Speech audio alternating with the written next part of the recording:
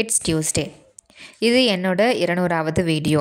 நானும் 200 video post பண்ணிட்டேன் அப்படின்னு நினைக்கும்போது எனக்கு ரொம்ப பெருமையாக இருக்குது. இந்த டைமில் பேக்ரவுண்டில் வெற்றி கொடி கட்டு மலைகளை முட்டும் வரை முட்டு அப்படின்னு போடணும்னு ஆசையாக தான் இருக்குது. பட் நான் யூடியூப் சேனல் ஸ்டார்ட் பண்ணது என்னமோ ஒரு 4 வருஷத்துக்கு முன்னாடி. அதனால் இந்த பாட்டு இப்போதைக்கு எனக்கு செட் ஆகாது. பட் கண்டிப்பாக ஒரு நாள் செட் ஆகும். அப்போது போடுறா பாட்டை அப்படின்னு போடுவேன்னு நம்புகிறேன். இன்றைக்கி ஆஃபீஸ் நான் போயிருக்கணும்.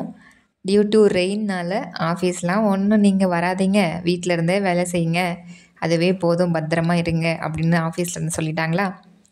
ஸோ அதனால் ஒர்க் ஃப்ரம் ஹோம். புது ஆஃபீஸ் எப்படி இருக்குது அப்படின்னு நான் இப்போ வரைக்கும் ஃபீல் பண்ணதை சொல்லவா? இப்போ வரைக்கும் நான் ஃபீல் பண்ணது என்னன்னா, எனக்கு பிடிக்கல. அதுதான் உண்மை. ஏன் அப்படின்னா, எனக்கு ப்ராப்பர் கேட்டி வந்துட்டு கொடுக்க மாட்டேங்கிறாங்க. நம்ம ஏதாவது ஒரு கொஷின்ஸ் கேட்டால் கூட நமக்கு அது கிளியராக புரிகிற மாதிரி அவங்க சொல்ல மாட்டேங்கிறாங்க.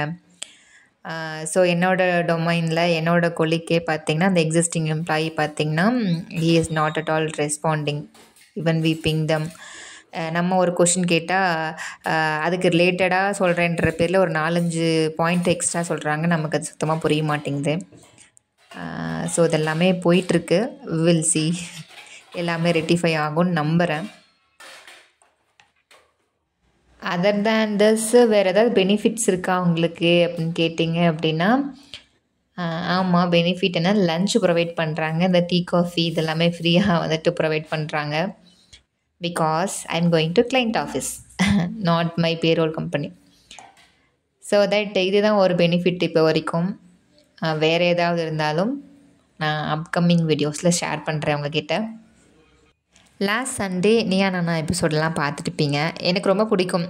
லைக் சில டாபிக்ஸ் எனக்கு பிடிக்கலன்னா நான் அதை ஸ்கிப் பண்ணிவிடுவேன். பட் எனக்கு பிடிச்ச மாதிரி டாபிக்ஸ்லாம் இருந்துச்சுன்னா நான் நீயா நானாலாம் பார்ப்பேன் ஆக்சுவலி.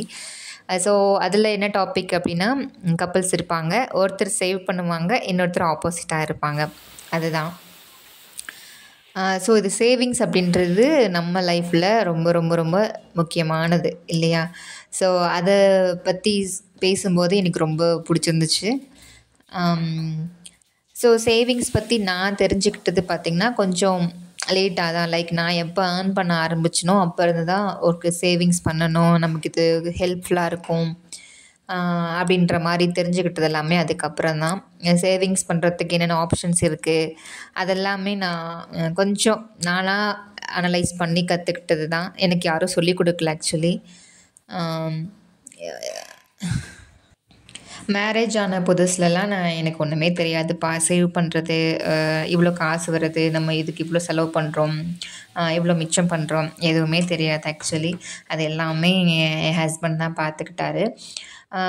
ஸோ அப்போல்லாம் எனக்கு கோவம் வரும். சில விஷயத்தில் எனக்கு செலவு பண்ணலை அப்படிங்கும்போது எனக்கெலாம் கோவம் வரும். ஆனால் இப்போது நம்ம வந்துட்டு ஒரு ஃபேமிலிக்குள்ளே அந்த ஃபேமிலியில் என்ன நடக்குது, ஃபினான்ஷியலாக நமக்கு என்ன இருக்குது, நம்ம இந்த மாதிரி சேவ் பண்ணுறோம், இந்த மாதிரி நம்ம கமிட்மெண்ட்ஸ் இருக்குது, இதெல்லாமே நமக்கு தெரியும் போது தான் நமக்கு அந்த ஆண்களோட வலி புரியுது. நான் இப்போல்லாம் அதை நினச்சி ஃபீல் பண்ணியிருக்கேன் ஆக்சுவலி.